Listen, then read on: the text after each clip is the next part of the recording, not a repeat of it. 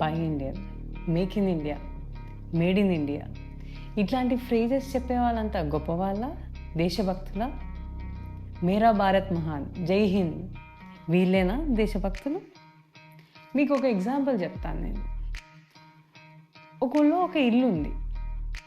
అందులో ఒక ఇద్దరు మనుషులు ఉంటున్నారు. కొన్ని డేస్ అయింది, కొన్ని ఇయర్స్ అయింది.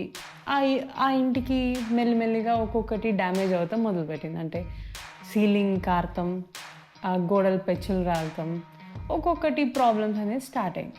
ఒకడు అంటాడు, అరే మన ఇంటికి ఈ ప్రాబ్లమ్స్ ఉన్నాయి, మనం రెక్టిఫై చేయాలి అంటారు. ఇంకొకళ్ళు అంటారు, నా ఇల్లు గొప్పది, నా ఇంటికి ఏమీ కాదు అంటారు. వీడంటాడు, మన ఇల్లు గొప్పదే అవ్వచ్చు, కానీ దీనికి రిపేర్స్ చేయాలి కదా, ఈ ప్రాబ్లమ్స్ అన్నీ మనం అడ్రస్ చేయాలి కదా అని ఇంకొకటి అంటాడు. కాదు, నా ఇల్లు గొప్పది అని మొండిగా కూర్చుంటారు. అంటే వీళ్ళిద్దరిలో ఎవరికి ప్రేమ ఉన్నట్టు ఆ ఇంటి పైన? నా ఇల్లు గొప్పది అన్నాడుదా, లేదా ఇంటికి బొక్కలు ఉన్నాయి సరి చేద్దామన్నట్టుందా? ఎవరికి ప్రేమ ఉన్నట్టు? ఇలానే నా దేశంలో దొంగలు పడ్డారు. రాజకీయ నాయకులు అవ్వచ్చు, బడా బాబులు అవ్వచ్చు, వీళ్ళందరూ చేసే తప్పుల్ని కప్పిపుచ్చే లగ్గాయతు లాంటి ఎంతోమంది అవ్వచ్చు, ఎవరైనా కావచ్చు. ఇది మా దాంట్లో ఉన్న ప్రాబ్లం. అంటే అన్ఎంప్లాయ్మెంట్, జనాలకి జాబులు లేవు, తినేకి తిండి లేదు, వేసుకునేకి బట్ట లేదు, ఎంతోమంది పావర్టీ లైన్ బిలో ఉన్నారు. ఇవన్నీ చెప్పేవాళ్ళు దేశద్రోహులా? అయితే నేను దేశద్రోహిని. క్వశ్చన్ చేసేవాడిది తప్ప అంటే ఇంకెవరు క్వశ్చన్ చేస్తారు? ఈ దేశంలో ఉన్న తప్పుల్ని కప్పిపుచ్చుతూ, భారతీయ జనతా పార్టీ చేసే తప్పుల్ని కప్పిపుచ్చుతూ, అంటే భారతీయ జనతా పార్టీ అంటే ప్రస్తుతంలో అధికారంలో ఉన్నది అదే కదా. సో వాళ్ళు చేసే తప్పుల్ని కూడా కప్పిపుచ్చుతూ చేస్తున్న లగాయత్తు వీడియోకి కౌంటరే ఈ video. Let's go.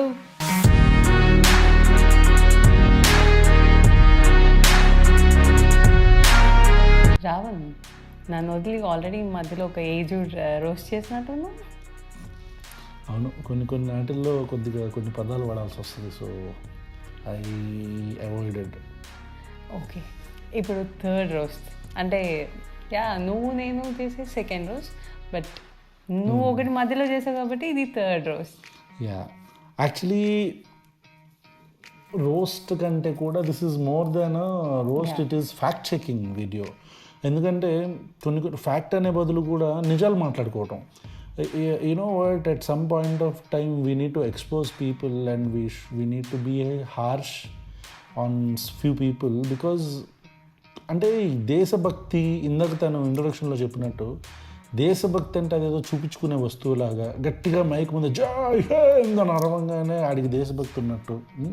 This is లేకపోతే అంటే దేశంలో ఉన్న లోటుపాట్లని మనం చెప్తూ నా దేశం ఎదగటం కోసం ఈ చేస్తే బాగుంటుంది అని చెప్పేవాడేమో దేశద్రోహిగా మాట్లాడుకునే రోజుల్లో ఇలాంటి వాళ్ళని ఎక్స్పోజ్ చేయటమే ఒక పనిగా మేము పెట్టుకోవటం జరిగింది. Anyways, so let's get in to the video.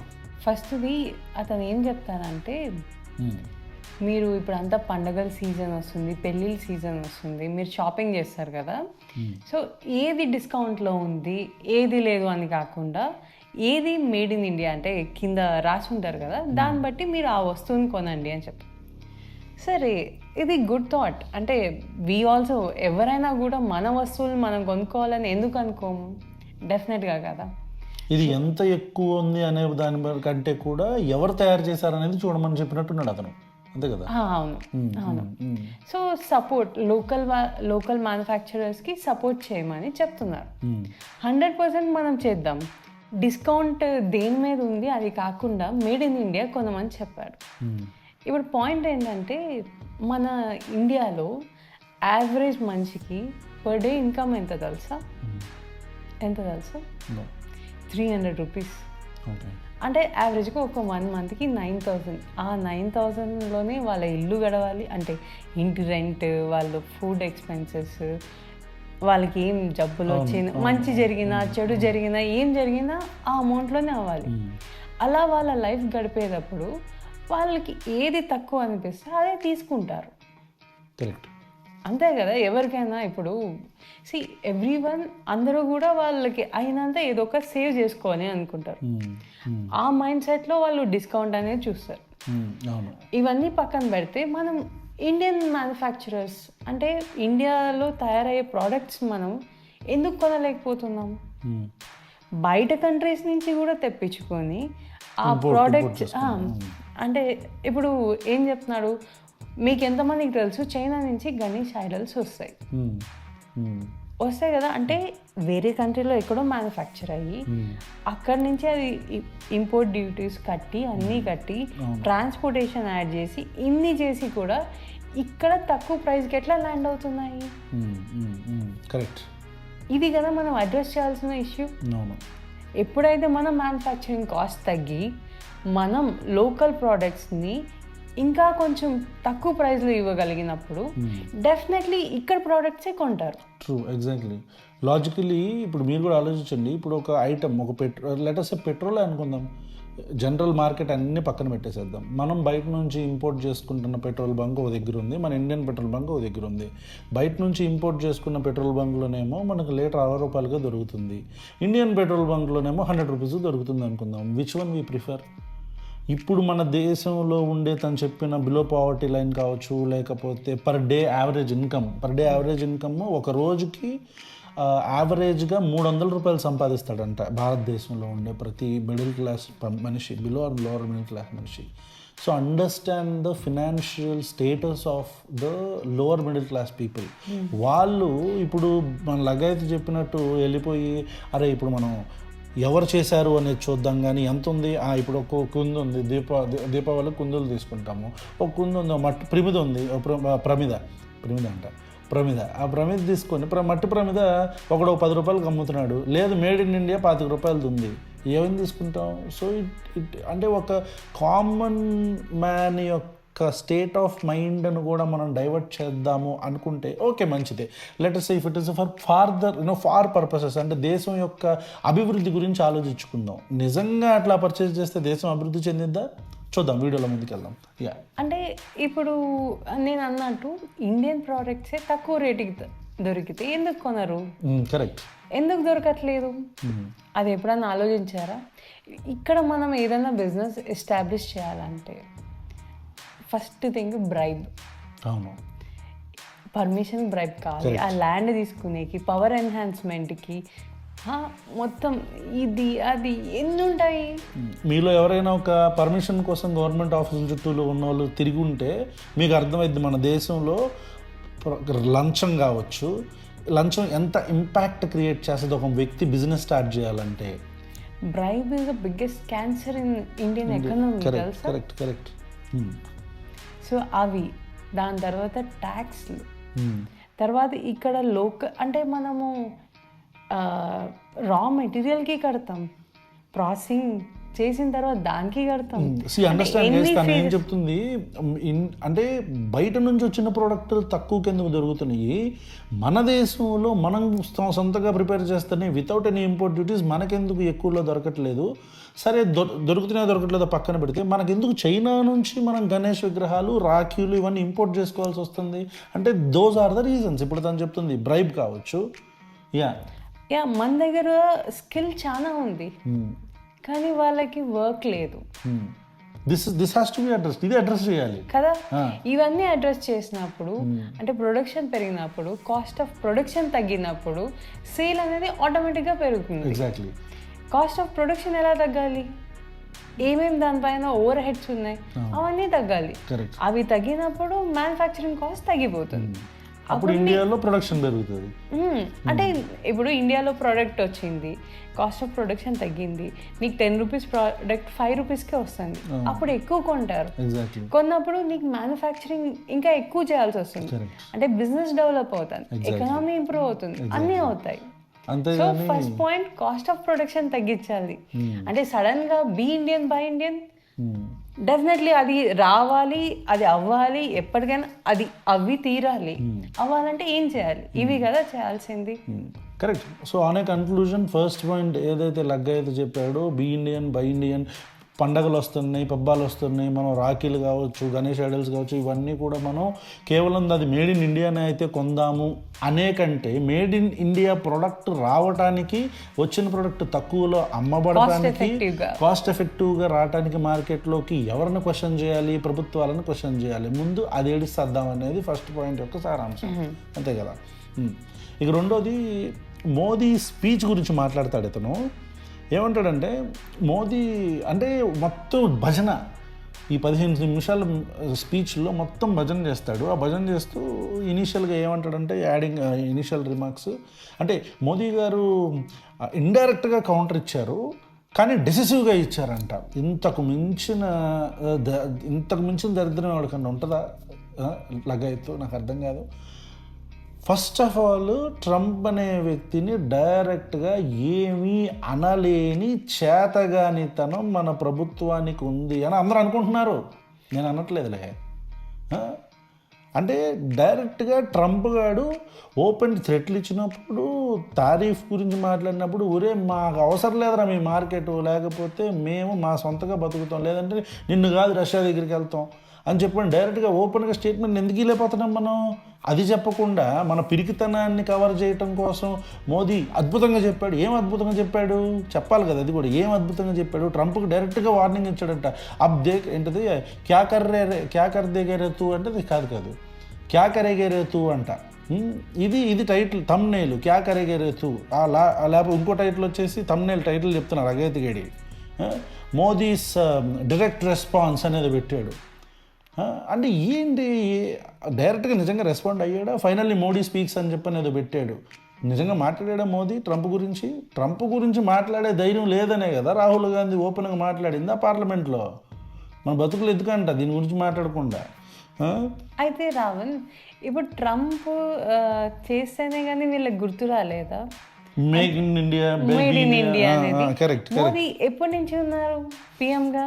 అవును, అప్పటి నుంచి ఎందుకు చేయలేదు? ఈ స్వదేశీ పుష్ అని ఏదైతే అన్నాడో, స్వదేశీ పుష్, ఇది యుఎస్ టారిఫ్స్ వేసినప్పుడు మాత్రమే మనకు గుర్తొచ్చి వచ్చిందా? 2 టర్మ్స్ ఎందుకు చేయలేదు? ఇప్పుడు సడన్ గా ఎందుకు చేస్తున్నారు? 2014 నుంచి 2024 దాకా మేక్ ఇన్ ఇండియా ఏమైంది? మనం 10 సంవత్సరాల్లో మనం సాధించిన పురోగతి ఏంటి? ఒక దశాబ్దం పాటు మనం పరిపాలించినప్పుడు ఒక భారతదేశం మొత్తాన్ని మనం ఏం ఓడబొడిచాం అది చెప్పాలి కదా ముందు. ఈ 10 సంవత్సరాల్లో ఇప్పుడు తను అడిగినట్టు ఈ 10 సంవత్సరాల్లో మనం పుష్ చేయకుండా, స్వదేశీ push, make in India, made in India, be Indian, buy Indian అని చెప్పని ఈ డబ్బా మాటలేంటి? మీరు దేశభక్తులా? మీకు దేశం మీద భక్తున్నట 10 సంవత్సరాల నుంచి ఎవరి సంఖ్య నాకేం మనం? అంటే అప్పుడే కనుక ఇది ఇనిషియేట్ చేసి ఉంటే ఈ పార్టీకి యాక్చువల్లీ మనం అచీవ్ అయి ఉండేవాళ్ళం మేము డెఫినెట్గా. అవును. ఇంకొకటి తెలుసా, ఇప్పుడు ఎందుకు పుష్ చేస్తున్నారు అంటే మ్యాక్సిమం ఎక్స్పోర్ట్ ఎవరున్నారు? ఎగ్జాక్ట్లీ. అసలు ఇది చాలా మంచి పాయింట్, నేను మర్చిపోయా. ఈ ఎక్స్పోర్ట్స్ లెటర్స్ ఇప్పుడు దీంట్లో ఈ వీడియోలో లగ్గాయత్ చెప్పింది ఏంటంటే, మనకి ట్రంప్ వేసిన టారిఫ్స్ ఏవైతే ఉంటాయో అవి వాళ్ళకు వచ్చే ఇంపోర్ట్స్ మీద, అంటే మన ఎక్స్పోర్ట్స్, మన దేశంలో మ్యానుఫ్యాక్చరింగ్, మన దేశం నుంచి బయటకు వెళ్తున్న ప్రొడక్ట్స్ ఏవైతే ఉంటాయో, లేకపోతే మన దేశం నుంచి ఎగుమతి అవుతున్న ప్రొడక్ట్స్ ఏవైతే ఉంటాయో, యూఎస్లో దిగుమతి చేసుకుంటున్న ప్రొడక్ట్స్ మీద 50% టారిఫ్ అనేది ట్రంప్ వేసాడు. ఇది పాయింట్. సో దీని గురించి మాట్లాడుతూ లగ్గైతే ఏమంటాడంటే, ఇది దేని గురించి? మన ఎక్స్పోర్టర్స్ గురించి మనం ఈ స్వదేశీ పుష్ అనేది ఇవ్వాలంటాడు. రైట్, మంచిదే. అసలు మన దేశంలో ఎక్స్పోర్టర్స్ ఎవరున్నారు? మాట్లాడుకుందాం కాసేపు. ఇక్కడ ఒక మాట అంటాడు వీడు, గ్రాస్ రూట్ లెవెల్కి పాకేస్తే మీరు నేను ఇబ్బంది పడతామంట. ఎరా లగ్గైతుగా నువ్వు మాట్లాడి, నేను మొన్న మాట్లాడేటప్పుడు మనలాంటి వాళ్ళు ఆల్రెడీ ఇబ్బంది పడుతున్నారు, పాకిస్తాన్ ఏంటి? ఎగ్జాక్ట్లీ, ఆయన ఇబ్బంది పడకపోవచ్చు. నువ్వంటే బీజేపీ సంక్రాంతితో కాబట్టి నువ్వు ఇబ్బంది క్షమించాలి. నువ్వు గ్రాస్ రూట్లో నువ్వు ఇబ్బంది పడట్లేదేమో, పడే ప్రజలు, పేద ప్రజలు అందరూ బాగానే పడుతున్నారు. మరోవారు ప్రజలకి వీళ్ళు ఇంత ఈజీగా ఇప్పుడు ఇంత బాగా బాధపడిపోవడానికి కారణం భారతదేశం మీద టారిఫ్ పడుతుందనా, ఎక్స్పోర్టర్స్ మీద టారిఫ్, భారతదేశం నుండి ఎక్స్పోర్టర్స్ మీద టారిఫ్ పడుతుందనా? భారతదేశం నుండి ఎక్స్పోర్టర్స్లో ఎక్కువ మంది ఎవరున్నారు? అసలు ఈ భారతదేశంలో ఒక్కసారి మనం మాట్లాడుకుంటే అదాని గురించి మాట్లాడుకుందామా? 6 ఎయిర్పోర్ట్లు, Ahmedabad airport, Lucknow airport, Mangaluru, Jaipur, Guwahati, Thiruvananthapuram, Mumbai international airport, ధర్మా port Odisha, Kattupalli port Chennai, Krishnapatnam port Andhra, Gangavaram port Andhra, Dighi port Maharashtra, Karaikal port Puducherry, Gopalpur port Odisha, విలింగం port Kerala, Kattupalli shipyard, harbour and marine services, railways, logistics, ఇవన్నీ ఎక్స్పోర్ట్స్, కోలు, థర్మల్, ఇవన్నీ ఎవడ సంఖ్యలో పెట్టారు తీసుకొని వెళ్ళి? అదానీ గాడి ఏమంటారు బానిసత్వం చేస్తున్న ఈ దేశ ప్రభుత్వం వాడికి తీసుకెళ్ళి మొత్తం భారతదేశ ప్రభుత్వానికి సంబంధించిన పబ్లిక్ కంపెనీస్ ఏదైతే రైల్వేసు, షిప్ యార్డ్లు, పోర్ట్లు, ఎయిర్పోర్ట్స్, లాజిస్టిక్ మొత్తం అన్నీ తీసుకెళ్ళి వాడికి పెట్టి ఇప్పుడు వాడికి take any port for that matter, take any port, you take any port for that matter. ఇంకా బయటకు వెళ్తున్న ఆయిల్ మనకి ఎక్కువ మ్యాక్సిమం ఎక్స్పోర్ట్ చేస్తుంది ఎవడు మన దేశం నుంచి? రిలయన్స్ కాదు, అంబానీ కాదు. అంటే ఈ భారతదేశంలో ఉన్న percentage, are you aware of the percentage? ఎవరికి ఎంత పర్సంటేజ్ ఉన్నారు, రిచ్ ఎంత ఉన్నారు, ఐడియా ఉందా? పువర్ 50% ఉన్నారు, మిడిల్ క్లాస్ 40% ఉన్నారు, 10% అంతే ఇండియాలో రిచ్ పీపుల్ ఉన్నారు. వీళ్ళు 4th లార్జెస్ట్ ఎకనామీ, మనం we're going to be 3rd largest economy అంటున్నారు కదా. ఈ ఎకనామీ అంతా ఎవరి దగ్గర ఉంది? కరెక్ట్. డూ యూ థింక్ ఆ 10% దగ్గర ఉంది? ఆ 10%లో కూడా 1% దగ్గరే 40% ఆఫ్ ద ఎకనామీ ఉంది. అంటే నాట్ ఆల్ ద 10% ఆర్, అది కూడా లేదు, 1% దగ్గర ఉంది. అదానీ, అంబానీ, మొత్తం లైనేజ్ వీళ్ళే ఉంటారు. ఎందుకు? అదానీకి గ్రాంట్ చేసిన అప్పులు మన 3-4 నార్త్ ఈస్టర్న్ స్టేట్స్ బడ్జెట్ కన్నా ఎక్కువ ఉంటాయి తెలుసా. సో అప్పుడు మనకు మేక్ ఇన్ ఇండియా, అప్పుడు మనకి గ్రాస్ రూట్ లెవెల్లో ఇబ్బంది అనిపించలే. ఈ భారతదేశంలో ఉండే సంపద మొత్తం కేవలం 1% మంది దగ్గర, ఒక 80%, 90%, 40% ఆఫ్ ఎకనామీ ఇస్ దేర్. అంటే 1% ఆఫ్ ద పాపులేషన్. ఎంత ఘోరం అది. కరెక్ట్. ఇదంతా ఎలా సాధ్యమైంది? From there hard work. వాళ్ళు నిజంగానే మంచిగా చేసుకున్నారా? అంటే వర్క్స్ అంతా అంటే థర్డ్ లార్జెస్ట్ ఎకానమీ అంటున్నారు. అంటే నాకు అర్థం కాని విషయం ఏంటంటే, మీరు ఎందుకురా ఈ డబ్బా కొడతారు నాకు అర్థం కాదు. అంటే why don't you speak out the truth? ఇప్పుడు మనం జీడిపి గురించి మాట్లాడుకున్నాం. 1990sలో చైనా అరౌండ్ $375 అట్లా ఉంటే ఇండియా $345 ఉండేది. అంటే ఒక 30-40 డిఫరెన్స్లో ఉంది అంతే. 90. ఓకే. సో ఇప్పుడు అంటే 2024 తీసుకుంటే చైనా ఎక్కడ ఉంది తెలుసా? అరౌండ్ $12,115 ఉంటే ఇండియాది ఎంత ఉండొచ్చు? గెస్. అప్పుడు 30 డిఫరెన్స్ ఉంటే ఇప్పుడు వేసుకుని 12,000, సరే 1000 వేసుకో, 11,000. 10,000 తీసేసేయి.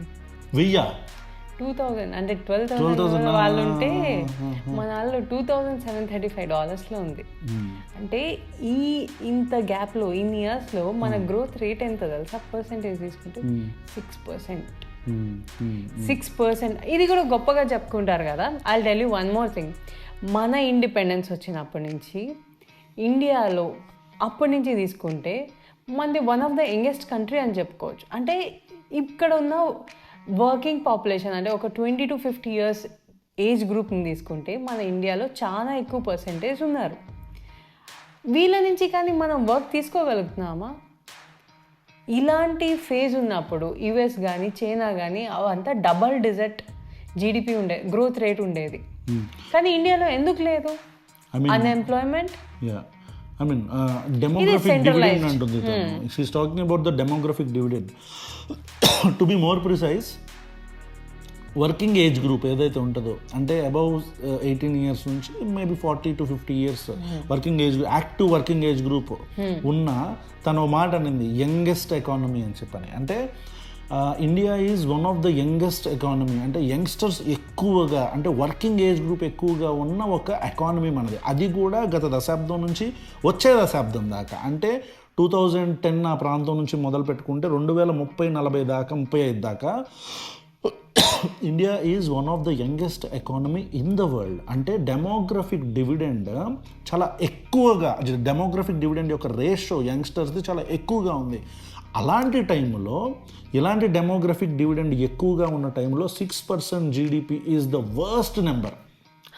ఎందుకంటే తను ఇందాక చెప్పింది, ఇలాంటి డెమోగ్రఫిక్ డివిడెండ్ ఎక్కువగా ఉన్న టైంలో north Korea, south Korea, China ఇలాంటి వాళ్ళు double the time of their actual GDP, అంటే 13%, 15% ఇట్లా కొట్టారు.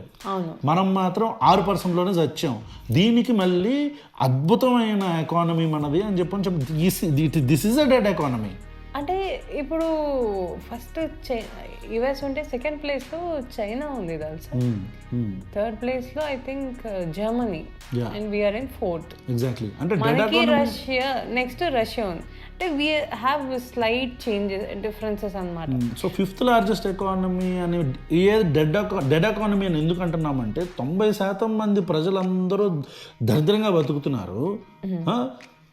10% ఏదైతే ఉన్న ప్రజల్లో 1% ఒకడు ఫిల్దీ రిచ్ ఉంటాడు, మిగతా 9% రిచ్ ఉంటారు. వాళ్ళ దగ్గర మాత్రమే ఇన్కమ్ ఉంటుంది, వాళ్ళకే ట్యాక్స్ వేవర్లు ఉంటాయి.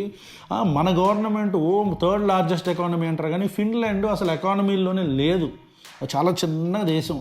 అలాంటి ఫిన్లాండ్లో ఒకసారి గవర్నమెంట్ స్కూల్ చూడండి మీరు ఎట్లా ఉంటుందో. మన ఇండియాలో గవర్నమెంట్ స్కూల్ చూడండి ఎట్లా ఉంటుందో. మనది 3rd లార్జెస్ట్ ఎకానమీ కదా. 3rd లార్జెస్ట్ ఎకానమీ అంటే ఏంట్రా, అదానీ దగ్గర మొత్తం డబ్బులు మూలగటమా, అంబానీ దగ్గర మూలగటమా? అంటే వాళ్ళు హ్యాపీ ఉంటే ఇండియన్స్ మొత్తం హ్యాపీ ఉన్నట్ట. అండ్ అన్ఎంప్లాయ్మెంట్ ఈ దేశంలో మన యొక్క ఈ లగ్గాయితీగడు మాట్లాడుతూ పుష్ అంటున్నాడు చూస్తే, స్వదేశీ పుష్. ఈ స్వదేశీ పుష్కి ఇందాక తను చెప్పిన సొంతగా మన దేశంలో ఉండే మ్యానుఫ్యాక్చరర్స్ కావచ్చు, కంపెనీస్ కావచ్చు మనం ఎంకరేజ్ చేయాలి అని చెప్పే భాగంగా కంపెనీస్ని ఎంకరేజ్ చేస్తూ మన దేశం యొక్క ఆర్థిక పరిపుష్టి పెరగాలి అంటే దేశంలో నిరుద్యోగ యువతకి ఉద్యోగాలు కావాలి. భారతదేశంలో స్వతంత్రం వచ్చిన తర్వాత నుంచి the worst unemployment rate Narendra Modi హయాంలో భారతీయ జనతా పార్టీ ఉన్నప్పుడు ఉంది. ఇప్పుడు మీరు అన్ఎంప్లాయిడ్, మీరు నిరుద్యోగులకు ఉద్యోగాలు లేరు, గవర్నమెంట్ జాబ్స్ అన్నీ తీసేస్తూ ఉంటారు, గవర్నమెంట్ కంపెనీస్ని ప్రైవేటైజ్ చేస్తారు, విశాఖ స్టీల్ ప్లాంట్ లాంటి వాటిని, ఇంకా పోర్ట్లన్నింటినీ అదానీ గడికిస్తారు, షిప్ యార్డ్స్ అదానీ గడికిస్తారు, ఎయిర్పోర్ట్స్ అదానీ గడికిస్తారు. ఇవన్నీ పక్కన పెడితే ఉన్న గవర్నమెంట్ సెక్టార్లో ఉన్న ఎంప్లాయీస్ అందరినీ కూడా తీసేస్తూ ఉంటారు, కాంట్రాక్ట్ ఎంప్లాయీలను తీసేస్తూ ఉంటారు. మీరు ఇన్ని బొక్కలు పెట్టి దేశానికి, దేశంలో ఉండే ఆస్తులు అన్నీ కూడా 2-3 చేతుల్లో పెట్టి మీరు దేశభక్తులు, మాది దేశం అంటే భక్తి, బీజేపీని అంటే ఏదో దేశాన్ని అన్నట్టు అని మాట్లాడతారేంట్రా? బీజేపీ అంటే ఇండియా తెలుసా, అదొక రాజకీయ party. Congress, MIM, TDP, YCP, ఈ కేఏపాల్ పార్టీ, ఏదో ప్రజాశాంతి పార్టీ, ఇలాంటి పార్టీల తర్వాత భారతీయ జనతా పార్టీ కూడా పార్టీ. అలాంటి పార్టీ, ఆ పార్టీని విమర్శించి దేశాన్ని ఎందుకు విమర్శించినట్టు? ఇక్కడ ఇంకొక పాయింట్ నేను యాడ్ చేయాలను, అవుట్ ఆఫ్ కాంటెక్స్ట్. ఇప్పుడు మనకి చాలామంది కమెంట్స్ పెడుతున్నారు, ఏదో వాడి వ్యూవర్షిప్ అంత లేదు, మీ సబ్స్క్రైబర్స్ మీరు ఎందుకు అంటే అతన్ని బతకాలంటున్నారా? కరెక్ట్. మీకు ఇంతమంది ఫాలోవర్స్, సబ్స్క్రైబర్స్, మీకు ఇంత వ్యూవర్షిప్ ఉంది కదా, ఈ క్వశ్చన్స్ అన్ని మీరు ఆన్సర్ అడగండి, ఈ క్వశ్చన్స్ మీరు అడగండి. అంటే the reason why we have opted లగ్గాయితు is also the same reason. వీడిని కాన్సన్ట్రేట్ చేయడానికి కారణం కూడా అదే. కారణం ఏంటి? వీడిని కాన్సన్ట్రేట్ చేయడానికి ఇంతమందిని వాడు మ్యానిపులేట్ చేస్తున్నాడు. ఇంతమంది వాడు చెప్పే మాటలు నమ్మి వచ్చారా? ఆ ఫ్యాషన్, స్టైలింగ్ అంటే వచ్చిన పిల్లలు అందరూ, వాళ్ళందరినీ దేశం పేరు మీద, ధర్మం పేరు మీద మోసం చేస్తున్నాడు. నాలెడ్జ్ పిల్లని, బొక్కల పిల్లు, నాలెడ్జ్ బిల్ అంటాడు, అదంటాడు, ఇదంటాడు, అన్ని అబద్ధాలు చెప్తాడు. ఇందాక వీడియోలో, లాస్ట్ వీడియోలో మేము చెప్పలేదా మౌంట్ కైలాష్ గురించి ఎన్ని అబద్ధాలు చెప్పాడు, సైంటిఫిక్గా ఎన్ని అబద్ధాలు. అది పోతే ఇప్పుడు ఇది నరేంద్ర మోదీని వెనకేసుకొచ్చే ప్రాసెస్లో ఆహా సూర్యుడు, ఓహో సూర్యుడు, ఏమిరా ఈ బతుకెందుకురా? ఇప్పుడు ఫార్మర్స్ ఉన్నారు మనకి, వాళ్ళకి ఎంఎస్పి ఇవ్వాలి. అవును, అంటే ఇక్కడ పండిన బెటర్ థింగ్స్ అంతా కూడా ఎక్స్పోర్ట్ చేసేస్తాము అని అనుకుంటారు. అంటే అతను అంటూ ఏమంటాడంటే ఫార్మర్స్కి, స్మాల్ స్కేల్ ఇండస్ట్రీస్కి ప్రభుత్వం ఏదో చేయాలని చూస్తుంది. ఇప్పటికీ ప్రభుత్వం ఏం చేయాలో చేస్తుంది ఖచ్చితంగా. అంటే పేరుకి చాలా స్కీమ్స్ ఉన్నాయి. అవును, చాలా స్కీమ్స్ ఉన్నాయి. అవన్నీ ఎన్ని ఎఫెక్టివ్గా ఉన్నాయి? కరెక్ట్. ఎంతమంది దానివల్ల లబ్ధి పొందుతున్నారు? అవును. ఒక స్కీమే తీసుకోవాలి అనుకో, దానికి ఎంతమందికి మనం బ్రైబ్ ఇవ్వాలి, ఎన్ని ఆఫీసుల చుట్టూ తిరగాలి, ఎన్ని రోజులు తిరగాలి. అయినా నాకు అర్థం కాదు, ప్రభుత్వం ఏదో ఫార్మర్స్కి చేద్దామని చేస్తుంది అని అంటున్నారు. 11-12 సంవత్సరాలుగా ఏడిస్తస్తున్న ప్రభుత్వం ఇప్పటిదాకా ఎందుకు చేయలేదనే ప్రశ్న ఎందుకు అడగట్లేదు అంటున్నా నేను. అలా అంటే డెవలపింగ్ కంట్రీగానే ఉండిపోయింది కదా. ఇది ఇట్లాంటి నాకుల వల్లే. ఇప్పుడు మనం ఈ ఎంఎస్ఎంఈలు కావచ్చు, ఇవన్నీ కావచ్చు, ఒక్కసారి డేటా చూడండి. నరేంద్ర మోదీ భారతీయ జనతా పార్టీ అధికారంలోకి వచ్చినాక ఎంఎస్ఎంఈస్ కుప్పకూలిపోయినాయి. కారణాలు చాలా ఉన్నాయి, దాంట్లో కొన్ని చెప్పిసేస్తాను ఇనిసావండి అని లగ్గైతే గడి ఫాలోవర్స్ చెప్తున్నా. నా ఫాలోవర్స్ కాదులే, మీరు ఫీల్ అవ్వమాకంటారు బాబా. ఎంఎస్ఎంఈలు పడిపోవటానికి కారణం ఒకటి డిమానిటైజేషన్. ఎవడికి అక్కడికి వచ్చిందిరా డిమానిటైజేషన్? డిమానిటైజేషన్ చేసి 2000 రూపాయల నోట్లు చిప్పులు పెట్టారా? ఇన్కమ్ ట్యాక్స్ వాళ్ళు పట్టేసుకుంటారా? అసలు మార్కెట్లో ఎన్ని 2000 రూపాయల నోట్లు ఉండి సచ్చినీరా? డిమానిటైజేషన్ వల్ల కొన్ని కోట్ల మంది ఎంఎస్ఎంఈలు, చిన్న స్మాల్ స్కేల్ ఇండస్ట్రీస్ పెట్టుకున్న వాళ్ళు, 10 లక్షలు, 20 లక్షలు, 50 లక్షలు, కోటి రూపాయలతో వ్యాపారాలు చేసేవాళ్ళు, అంతకంటే చిన్న వ్యాపారులు, చిరు వ్యాపారులు అందరూ నష్టపోయి పాపం జిఎస్టీ నోటీసులు వస్తున్నాయి చిన్న వాళ్ళకి మూసేసుకున్నారు. చిన్న ఉద్యోగులకు కూడా, చిన్న వ్యాపారస్తులకు కూడా జిఎస్టీ నోటీసులు వస్తున్నాయి. దీనివల్ల ఎంఎస్ఎంఈ కుప్పకూలిపోయింది. డిమానిటైజ్ నరేంద్ర మోదీ తన తాబేదారుల కోసం, తమ గుత్తేదారుల కోసం చేసిన ఆ ట్రిక్లో భాగంగా చాలామంది, కొన్ని కోట్ల మంది ప్రజలు ఇబ్బందులు పట్టమే కాదు, మొత్తం మూసుకున్నారు బిజినెస్లో. ఇదొకటి. 2, క్రోనీ క్యాపిటలిజం. ఈ చదువుకు సావండి. క్రోనీ క్యాపిటలిజం తెలియకపోతే యూఆర్ టెల్లింగ్ సంథింగ్. అరే, క్రోనీ క్యాపిటలిజం, గౌతమ్ అదానీ 2001 నుంచి 2014 దాకా గౌతమ్ అదానీ షేర్ విలువ ఎంత, గౌతమ్ అదానీ ఆస్తుల విలువ ఎంత, గౌతమ్ అదానీ క్యాపిటల్ ఎంత? 2014 గవర్నమెంట్ ఉన్నప్పుడు యాక్చువల్లీ అదానీ ఒక కమోడిటీ ట్రేడింగ్ కంపెనీ లాగా స్టార్ట్ చేసి, అప్పుడు మొత్తం అన్ని ఇయర్స్ కలిపి ఒక 10,000 crores అప్పు ఉంటే ఇప్పుడు more than 2 lakhs crores అయిపోయినాయి. 2 లక్షల కోట్లకు పైన అప్పులు ఉన్నాయి అదానికి. అవన్నీ వేవ్ చేసేస్తాడులే, అది వేరే విషయం. ఇంతుంటే ఆయన ఏమైనా చేయొచ్చు కదా. అన్ని అప్పులు ఇచ్చినప్పుడు అంటే కొన్ని దేశాల బడ్జెట్ కాదు, వాళ్ళ ఎకనామీ అంత ఉంటుంది. అంటే 2 lakh crores అంటే ఏమైనా చేయొచ్చు, ఎందుకు చేయకూడదు? క్రోనీ క్యాపిటలిజం గురించి చెప్తున్నాను. గౌతమ్ అదానీ గురించి శ్రీలంకన్ పార్లమెంట్లో మాట్లాడుకున్నారు. శ్రీలంకలో వెళ్ళి, బాబు మావోడే అదాని, మాకు కొద్దిగా కాంట్రాక్ట్లు ఇచ్చేయండి, మాకు కొద్దిగా ఈ పోర్ట్లు ఇవ్వండి, అవి ఇవ్వండి అని చెప్పి అడుక్కున్నాడు. అంటే ఎవడో నాయకుడు వెళ్ళి గూగుల్ చేసి చూడండి ఒకసారి. అంతెందుకు రావన్, ఏ ఫారిన్ కంట్రీస్కి వెళ్తే అక్కడ అదానికి బిజినెస్ ఓపెన్ కాలేదు. అంతెందుకు ఆస్ట్రేలియాలో అవును ఏ అవుట్ సైడర్ కి కూడా మైనింగ్ కి పర్మిషన్ ఇవ్వరు. ఓన్లీ అదాని కోల్ మైనింగ్ కి ఎందుకు ఇచ్చారు పర్మిషన్? ఎవరు ఇప్పించారు? What terms? అంటే మనం ఇంకొక కంట్రీ నుంచి ఒక ఫేవర్ తీసుకుంటే మనం ఏదో ఫేవర్ ఇస్తున్నాం కదా. అవును.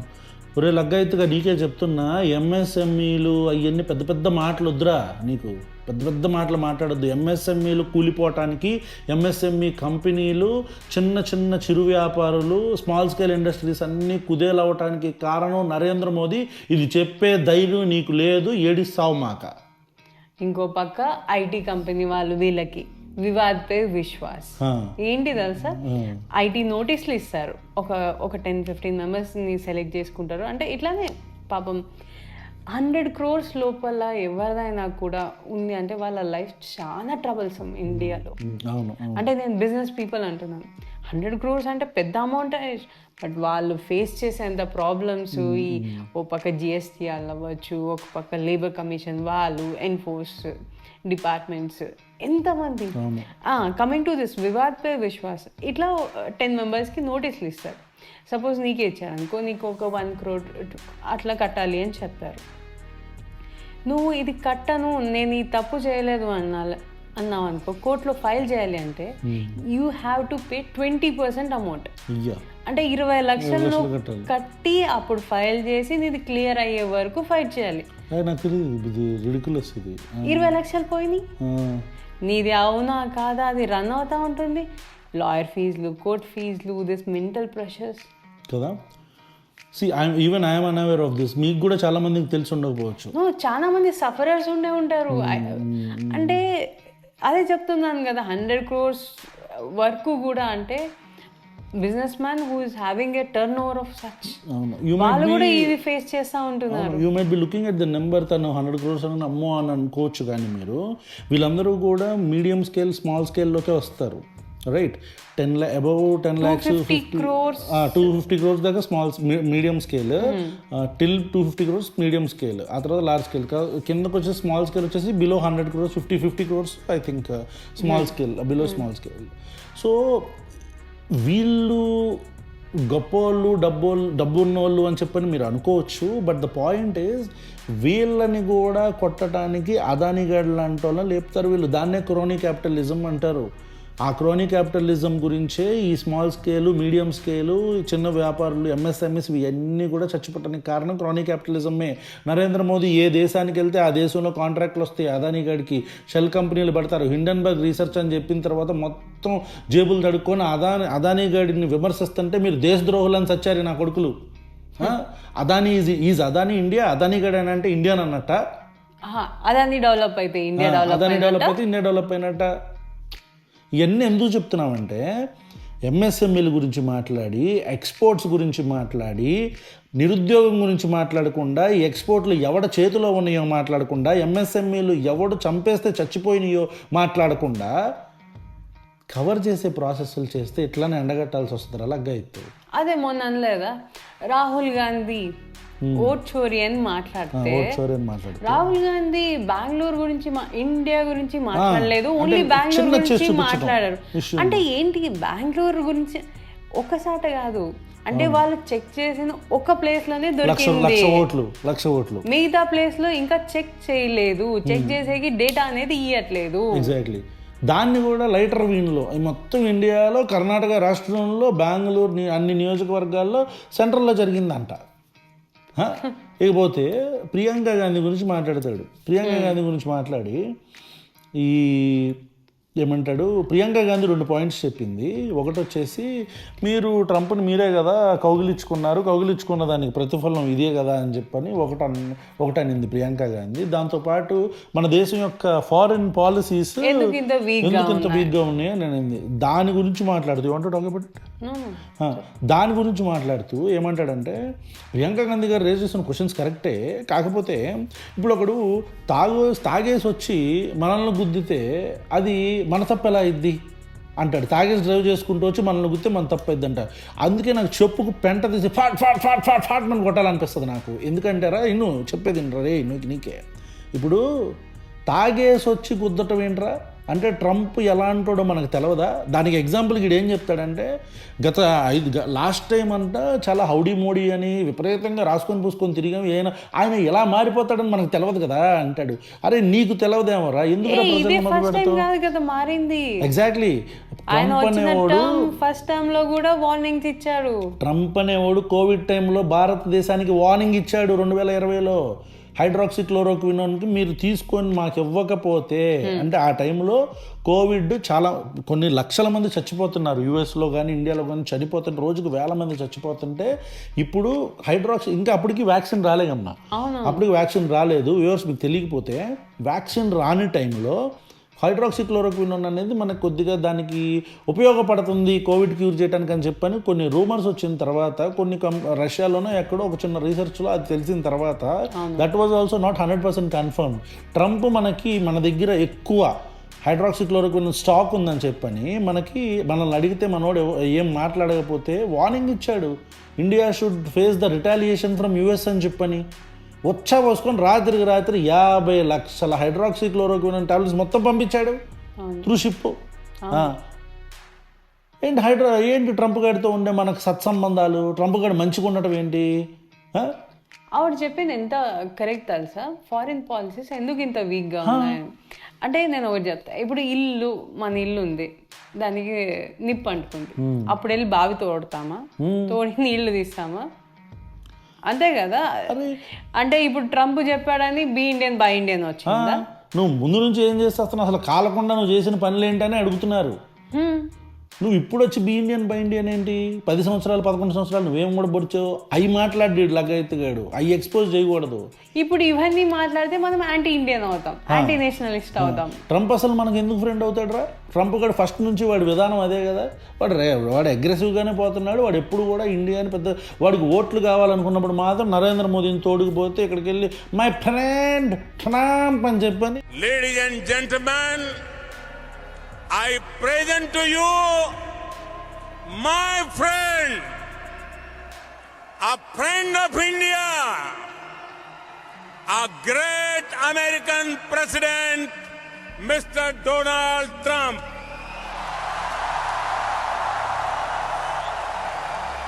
మై ఫ్రెండ్ ట్రంప్ అని చెప్పని పెద్ద హడావుడి చేసి అక్కడికి వెళ్ళి మొన్న కూడా వార్ ఆపానని చెప్పని అన్నప్పుడు నువ్వు ఎక్కడ ఆపేవరా వారు? నువ్వు అబద్ధాలు చెప్తున్నావు అని చెప్పని నీకు సిగ్గులేదు, నువ్వు అబద్ధాలు చెప్తున్నావు. ఒకవేళ ట్రంప్ అబద్ధం చెప్పకపోతే, ఒకవేళ ట్రంప్ అబద్ధం చెప్పలేదు, మీరు అబద్ధం చెప్పిన, నరేంద్ర మోదీ అబద్ధం చెప్పినట్టు. ఎందుకంటే ఆ రోజు నరేంద్ర మోదీ ఎవరు మా వారు ఆపలేదు, మేమే వారు ఆప్ చేసామనే ఒక పందాన మేమే కొట్టాం వాళ్ళని. దాని గురించి మళ్ళీ ఇంకో వీడియో చేస్తాలే. ఆ రోజు జరిగింది మొత్తం ఎక్స్పోజ్ చేశారు, దాని గురించి మళ్ళీ ఇంకో వీడియో చేస్తా. ఎల్లా ట్రంప్ను ఒక మాట మాట్లాడాలని చేతగానితనం మనది. దాన్ని మాట్లాడకుండా ఈ ఎలివేషన్లు ఏంటంట. రావణ్ మంచి ఒక క్లోజింగ్ లైన్ చెప్పు. వీడు లాస్ట్లో బాగా గుర్తు చేసావు. ఈ లాస్ట్లో వీడు ఏమంటాడంటే, ట్రంప్ తిట్టాడు కదా మనల్ని, ట్రంప్ బాగా టారిఫ్ వేస్తున్నాడు కదా, దీని గురించి అంట ఎవడైనా సరే ఇప్పుడు ఎవడ తిట్టంగానే టక్క మన అరవటమో, లేకపోతే ఆడి తిట్టంగానే మనం తిట్టడం, లేకపోతే వాడు టారిఫ్ వారేస్తే మనం రెస్పాండ్ అవ్వడం చేస్తాం. అలా చేయకుండా వీడు మోదీని భుజాల మీద ఎక్కించుకొని బూట్లు నాకే ప్రాసెస్లో భాగంగా ఇచ్చిన లాస్ట్ లైన్ ఏంటో తెలుసా?